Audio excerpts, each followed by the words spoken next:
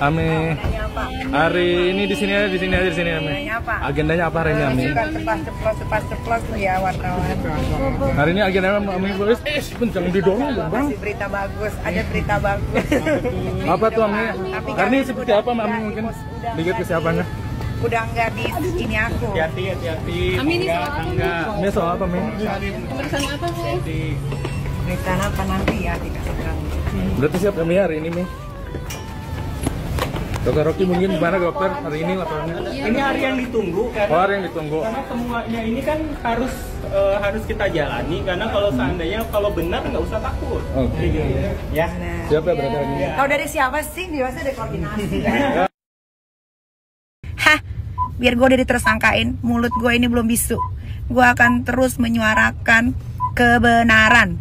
Gue akan terus menyuarakan dan membela rakyat jelata yang ikut-ikutan FOMO, uangnya habis nggak kepugu buat beli skincare overclaim yang nggak ada manfaatnya, apalagi skincare berbahaya. Apa loh? Ada yang happy ya, gue ditersangkain. Gue udah tahu ini tuh kasus mau dibawa kemana. Mau gue bener juga gue pasti ditersangkain. Target kalian mau tahan gue kan? Tahan lah. Nanti gue bawa koper, gue bawa baju, gue prepare biar nggak bolak-balik ya. Gue tuh bukan penjahat, jadi gue santai. Kalian lah penjahat sesungguhnya. Itu belum berakhir, itu baru mulai. Be ready sayang. Gue cuma mau mengingatkan aja bahwa laporan di kepolisian itu bukan akhir dari segalanya. Ingat, masih ada pengadilan. Sampai gue tidak terbukti bersalah. Aja dulu. Just information nih guys ya. Gue udah menandai nama-nama yang nanti kalau ini selesai kalian yang bakal merasakan apa yang sudah kalian perbuat kepada saya. Pengen kayak suara nenek lampir, nggak bisa guys. Ya, kita ikutin aja dulu permainan mereka. Mereka pikir Nikita Mirzani ini bodoh kali ya.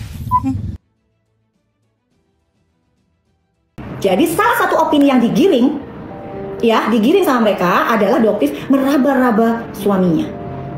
Kapan Doktif lakukan itu, DRZ atau DRM?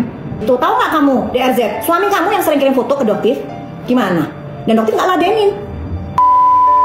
Kepada sosok yang merasa sebagai DRM yang bolak-balik ingin menemui Doktif, 3 kali mengunjungi rumah Doktif, ngotot pengen ketemu sama Doktif, mengunjungi rumah dan kliniknya Doktif. DRM. Karena Doktif nggak pernah ketemu sama DRZ-nya, nggak pernah, ya. DRM. Pada saat kita ketemu, apakah pernah Doktif meraba-raba kamu seperti yang saat ini terdengar di masyarakat? Apakah pernah seperti itu, Mas? Coba ngomong. Tidak pernah dok, sama sekali. Jadi setiap Doktif menemui laki-laki ya, Doktif pasti ada saksi. Ya, jadi salah satu saksinya DRM, kamu inget sama laki-laki yang di belakangnya Doktif, DRM pasti inget dong. Jangan pura-pura deh, nggak inget. Gitu. Ya, jadi laki-laki ini yang di belakangnya Doktif, dia adalah saksi yang menemani Doktif. Gitu. Jadi salah satu opini yang digiring sama mereka adalah Doktif meraba-raba suaminya. Kapan Doktif lakukan itu, DRZ atau DRM? Kapan mulai lagi ya fitnah Doktif ya? Kalian itu kayaknya mencari cara, segala macam cara dengan halu-halunya kalian. Doktif fitnah ini, tuntut Doktif. Kamu nemuin Doktif kok. Kamu yang ngotot temuin Doktif. Kenapa jadi sekarang kamu balik-balik cerita? Gitu. Ya? Ditanya, kenapa sih banyak musuhnya? Karena mereka ingin nipu kalian semua guys. Mereka itu takut kismin. Takut banget, pengen terus nibulin kalian. Dan Doktif nggak mau, Doktif nggak rela. Kurang apa kalian kayaknya? Sudah sekian tahun kok. Kan kalian sudah banyak banget ngibulin masyarakat bertahun-tahun. Nanti akan Doktif kirim satu video korban dari mereka berdua. Sekarang kamu pingin menggiring opini dan ingin menghancurkan Doktif dengan segala fitnah-fitnah kalian. Doktif nggak takut? Ya, tuh saksinya ada, nggak pernah Doktif raba-raba. Apalagi gini, giringannya opininya kalau Doktif mau godain suami kamu. Ingat nggak? Ya kan? Yang penting apa tuh? Yang penting pakai celana, itu kan? Diingetin tuh. Hah? Digiring seolah-olah Doktif itu godain lakinya. Ngapain ngambil kami cuma bayi? Ngapain? Gitu loh. Ya, heran kok bisa kalian giring kayak begitu. Tahu nggak kamu, DRZ, suami kamu yang sering kirim foto ke Doktif, gimana? Dan Doktif nggak ladenin. Itu salah satu yang masyarakat nggak tahu kan, tapi kan kamu tutupin, kamu giring seolah-olah Doktif nih yang gatel gitu sama suami kamu, gitu kan? Doktif akan buka satu persatu loh, ya. Dan bagaimana suami kamu meminta Doktif mengganti hasil lab pada saat Doktif ajak kalian makan di Pecel Lele? Bukan kalian sih guys, jadi DRM dengan ajudan-ajudannya, ya, gitu.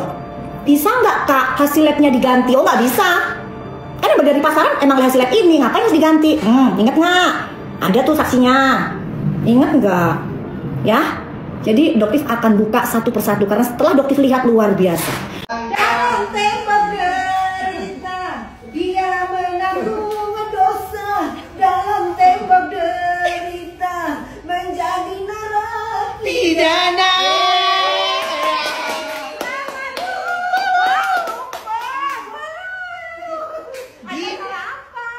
Di dalam penjara dia menangis Dan dia mencret. sebelit ya, nggak mencret. Hei, Tante Girang yang bersorak-sorak senang bahagia karena Nikita Mirzani di penjara. Ya, saya sangat tahu apa tingkah laku kamu. Belum tentu lebih baik kamu daripada Nikita. Hah? Nick Mir jadi tersangka. Baru aja dia makelar baikan sama si Loli. Sekarang ada lagi dia jadi tersangka. Cobaan hidupnya banyak amat ya guys ya. Tapi ini beneran gak sih guys? Lu yang rekam sendiri, lu sendiri yang ngasih jadi barang bukti. Kan gue jadi tahu rekaman isi suara lu sama Mail. Kagak ada tuh pemerasan maksa. Malah lu yang mohon dong diketemuin sama Kak Niki. Karena Kak Niki kalau udah ngomong rakyat Indonesia tuh percaya. Karena emang yang gue omongin tuh fakta.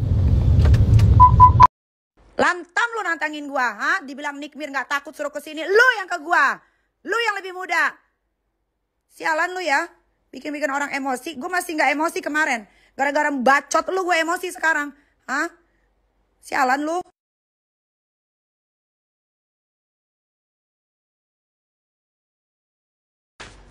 Gue capek ngetik ya. Lu cek aja tuh, lu punya TikTok kan? Tiap malam kan lu kan live kan? Tiap hari malah lu live ya. Lu cek sendiri bacot lu. Yang kemarin live tuh pada direkam-rekamin orang. Lu nonton sendiri, lu dengerin. Kuping lu belum budek kan? Ya, anak setan, anak dajal lu. Sekarang belaga lupa ingatan lu. Kemarin-kemarin sosok nantangin gua. Pakai segala manggil Nikmir. Asal lu tahu ya. Gua kalau dibayar profesional miliaran. Ya, miliaran. Lu tahu?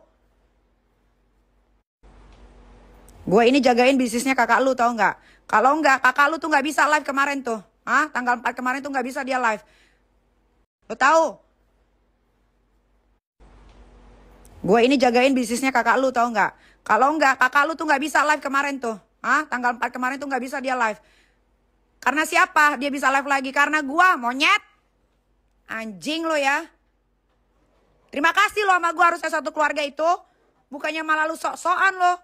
Dugong, anjing lo. Harusnya sebagai adik, lu tuh sadar. Ya jangan menghancurkan bisnis kakak lu. Kakak lu tuh ngidupin orang banyak. Kok lu yang ngancurin bisnisnya?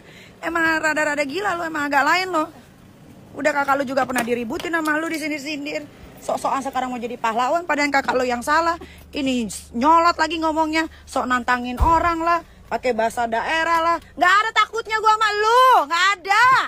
Gak ada takutnya gua sama lu.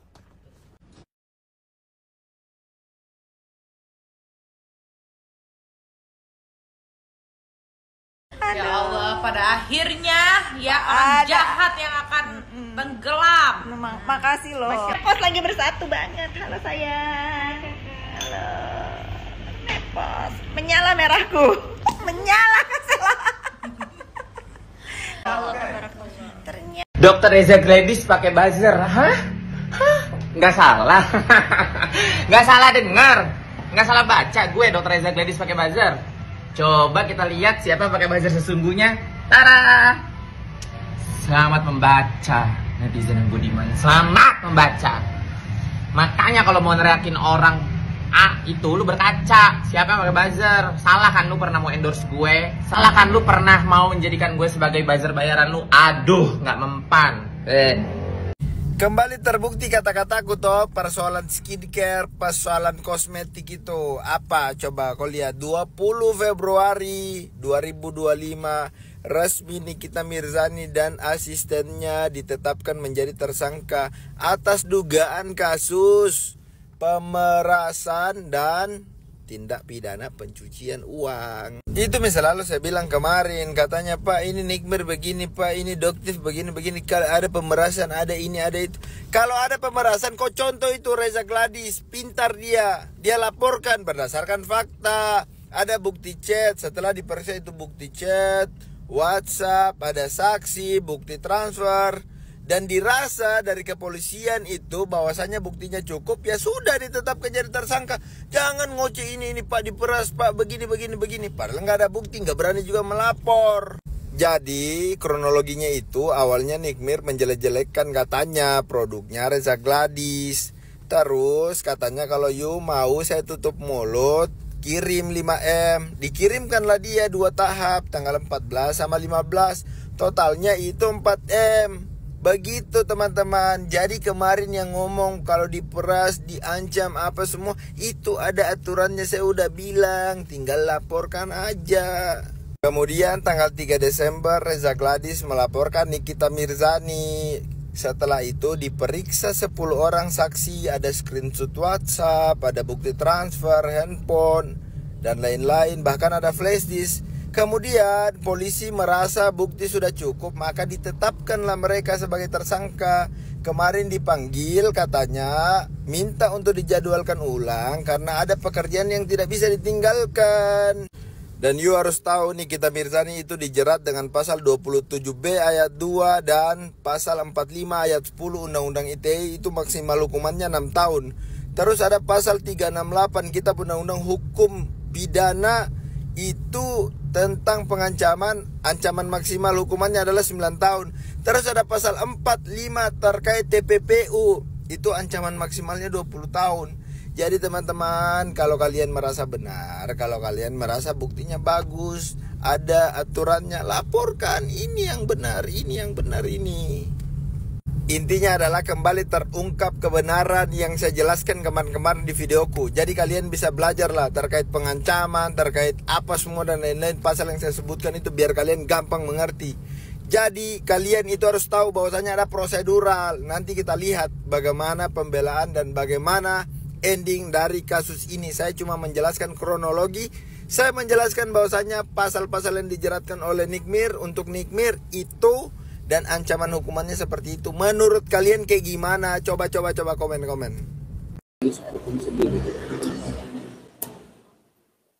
Sebenarnya begini ya, gue juga sedih kalau ngedenger Nikita Mirzani mau dipenjara 20 tahun. Gue sedihnya apa? Jujur ya, gue nggak ada masalah dengan Nikita Mirzani, tapi sedih melihat anaknya nanti gitu. Bagaimana nasib anaknya ke depan kalau dia dihukum 20 tahun gitu loh. Atas laporan siapa nih? Lady siapa? Dan ntar gue masuk ke kuasa hukumnya Nikita, gue bela Nikita ya. Terus sampai nama Nikita Mirzani gue masuk, gue lawan tuh pengacara sono. Nggak ada urusan bahas gue kan nggak bisa sidang kalau bahas, kan masih banyak staff gue, rekan-rekan gue. Sekarang gue jadi pengacara nggak ada masalah, gue lawan dengan dalil-dalil hukum gue. Dan gue kasihan, kenapa anak-anaknya masih kecil-kecil di kita, biar kata begitu juga gitu loh ya. Kasih lu sampein ke Nikita, gue memperkuat tim kuasa hukumnya, bukan gue menggantiin tapi memperkuat gitu ya. Sampein, kasihan dia, kenapa perlu ada risiko kan gitu. Nah sekarang gue mau coba membela Nikita Mirzani pada kasus dia yang tersangka. Hah? Lahir batin gue siap. Gue bela Nikita Mirzani, memperkuat tim kuasa hukumnya. Kan kata-kata hati yang tidak tenang ya Bang. Bisa. Oh iya dong, gue lawan gitu. Karena gue lihat dulu berita acara pemeriksaannya, ya kan. Gue lihat dulu bukti-bukti yang dibawa oleh lawan apa. Gue bisa sampai jadi pemerasan, kan gue bisa bolak-balikin. gue kelemahannya. Nah kalau kelemahan sih gue kick balik kan gitu. Nah, penyidik itu sudah punya ilmu Bang untuk menjadikan dia jadi udahlah, kita sama-sama punya ilmu, kita coba Lah lu. Tapi kalau untuk kasus Hotman Paris aja sampai sekarang nyungsep mau menjarain ya Rasman nggak bisa. Gimana? Kalau udah jadi tersangka, udah terdakwa pula, belum juga. Padahal udah mau ditangkap lagi, udah bikin gaduh di pengadilan mana? Aduh lah, udahlah Pak. Hah? Lu orang belum tahu gue ya. Hanya.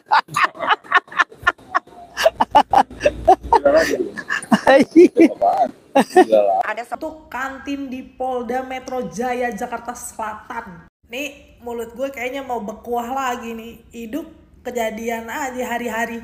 Jadi kemarin gue ada urusan di Polda. Nunggu lah nih, ada nunggu orang gitu di kantin. Ternyata gue udah kenyang, udah sarapan ya. Udahlah gue ngopi aja, pesen kopi di situ. Ngopi, nyanyi sebat dan lain-lain. Penjualnya lagi gorengin bakwan jagung. Ih, anget banget tuh, sedep hujan-hujan gitu ya. Pesen lah gue bilang, ih enak banget, anget. Gue bilang gitu ya.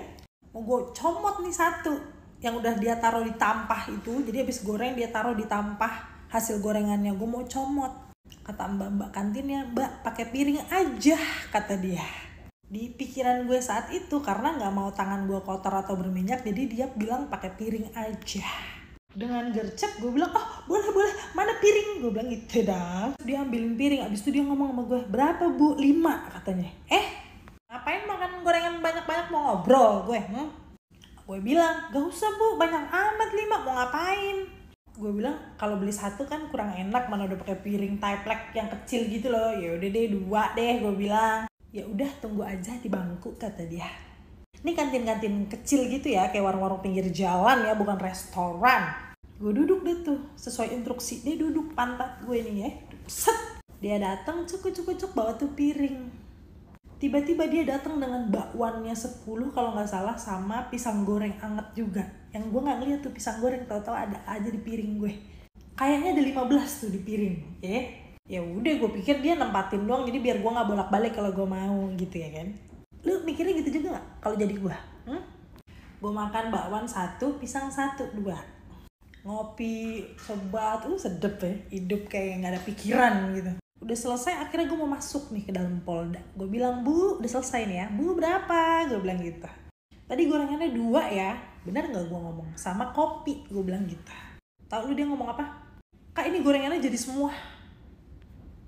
Gue bukan orang yang iya aja atau gak enakan. Nyerocos dong, berkuah dong mulut gue. Gue bilang, kan gue gak makan. Gue bilang, kan lu yang taruh di piring. Gue juga bilang 2, kok bayar? Gue bilang gitu. Dengan entengnya dia bilang, iya kak, kalau di sini emang begini. Hey, lu mau tubruk-tubruk gue lu ya?